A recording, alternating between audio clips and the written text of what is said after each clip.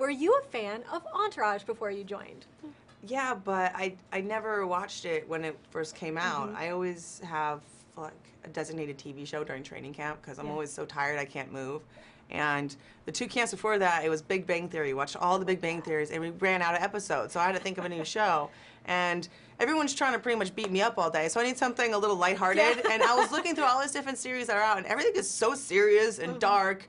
And I wasn't ready for like Breaking Bad before bed, you know. It's a little too serious for me. And so out of nowhere, I was like, Entourage. I've never seen a single episode of Entourage, and we just binge watched the whole season. I think it was during, I don't know if it was, yeah, it was during the UFC 168 camp, and right towards the end of it, when I was just finishing up, I suddenly got a call like, "Hey, you want to be an Entourage?" And I felt like I manifested it out of nowhere. I'm like, there's no way all these things could have lined up, so it really seemed meant to be. So they didn't have to do any convincing for you. You were like, done. No, I was really just getting into it at that time and such a fan of the show, and it was like a fresh thing. So the second I heard it, I was like, nope, this is fate. It has to happen. I'm totally down. And what I loved about this, your role in this movie, is you weren't really filling anyone's spot. They brought you in as the new girl. They really gave you a big part, and it was you and Turtle. Yeah. And I loved it, so you wouldn't suspect it at all. How was that being sort of in a romance with him? Well, it was nice having people see me outside of, you know, running, jumping, climbing trees, shoot and punch, because I don't do that on a regular basis. And I really got to be more of myself, of who I actually am. And I never get to show like that sensitive, self-conscious side the way that I kind of got to do with Turtle. And I love the matchup between me and him, because people would assume that I'm just going for these big, giant, muscular dudes, and that's not really my only type. And this is a situation that could actually happen in my life. So it was really fun to act it out. I love that you just said that we get to see your real side. So this is more of how you are really in this movie. Yeah, I'm not usually shooting people with guns. Like that's not Monday for me. Yeah. So yeah, it'll be fun to share what I'm like outside the octagon, because people always see me ready to fight and I'm super in that zone, but that's only 3 days out of the year, and this is more like what I'm like the rest of the time. And you did have a big fight scene, though. Now, were you a little nervous that you might like really hurt him? No, I knew he'd be fine.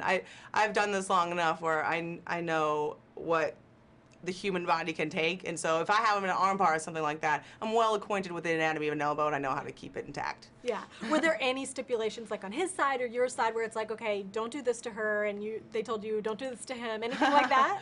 Well, there was one point where I was going to kick him and he's going to hit the cage, but I practiced it with the stunt guy, and I kicked him so hard that the whole cage moved. Oh, and then at first he was like, yeah, I'm going to do it. And then after that happened and I just moved the whole cage with the kick, he's like, never mind, no, that's fine. And so it was fun to be able to get Turtle in the armbar at the very end, because I felt like he wasn't so sure, and so that little bit of tinge of like, I don't know if I'm gonna get out of this on his face, a little bit was genuine, I think. It wasn't acting. Yeah. Did he have any bumps or bruises after all those scenes?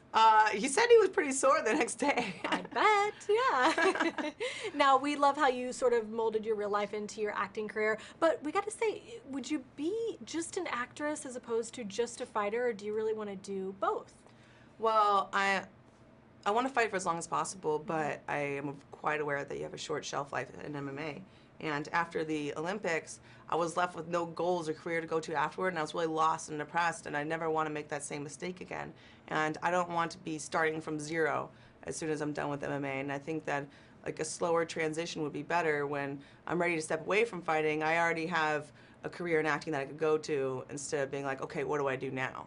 I love that. You're the first person I've ever really heard say, yeah, I'm making this as a plan. Most people just want to get famous quickly. I mean, that's why they want to be an actress. But No. It's because I really want to do it. I'm, for some reason, compelled to entertain, and I think that's why I had so much more fun in MMA than I did in the Olympics, because that little bit of entertainment aspect got to be in it. And when my body breaks down and I can't do the physical side so much anymore, it'll be nice to still be able to do something I enjoy.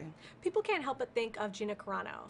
Do you get a lot of sort of comparisons there, you and Gina? Have you ever reached out to her maybe for advice? Because she's been very successful. Yeah, I mean, Gina, any kind of comparison that I get to her is the hugest compliment. I would never have done MMA. She changed my life, and I'm forever grateful to her. And we've met a couple times, and I would really love to do a project with her sometime in the future. But I just kind of watch her model and learn from her from afar and take whatever I can from her. Now, Entourage, would you say that art imitates life here, the real parallel to your real dating life? We've heard you talk about it before. It's rough for you. It's rough for a girl out there. Yeah, it is in that everyone expects that I just want these big, giant, burly guys, and that's not really the case. I don't come home from the gym and feel like super rough and I want to be a girl when I get home, and I want to be taken care of when I get home, and I get all the aggressiveness out when I'm training, and I feel like the fluffy, downy teddy bear at the end of the day, and I always have to deal with this assumption that I'm really callous and insensitive, and that kind of a misunderstanding with someone like, Turtle, it's something that would happen in my actual life. So let Access Hollywood help you right now. Here's your platform. Tell us what kind of guy you like. Tell the world so they know once and for all. I don't know. I mean, being that I'm single, I have no idea. I'm trying out new stuff every time instead of repeating mistakes, but I don't know. Right now, I'm waiting for a tall, dark, handsome pediatrician or something, like the boyfriend in New Girl, something like that. But no more Tinder, though. Is Tinder out for you? I know. I never actually used it. Okay. My friends made it as a joke, and I just loved playing the swipe game. But I actually had a lot more fun playing with my guy friends and just swiping all the busted chicks and hoping that they hit them up. But I mean, the idea of meeting someone who has no idea who I am is kind of cool. But I'm busy. You're too famous for Tinder, girl. Come No, on. I never used it. We made a fake one, and we used my friend Lazy's friend's Facebook picture, and I'm like, this is kind of wrong to use another chick's picture and another name. So yeah, I never used it, but it was a fun game for a day. Mayweather's undefeated. You're undefeated. The general thought is, we'd love to see you guys get in the ring. Could you take him down? I know it'll never happen, but just. Well, I would never say that I can't beat anyone. I don't think that me and him would ever fight unless we ended up dating.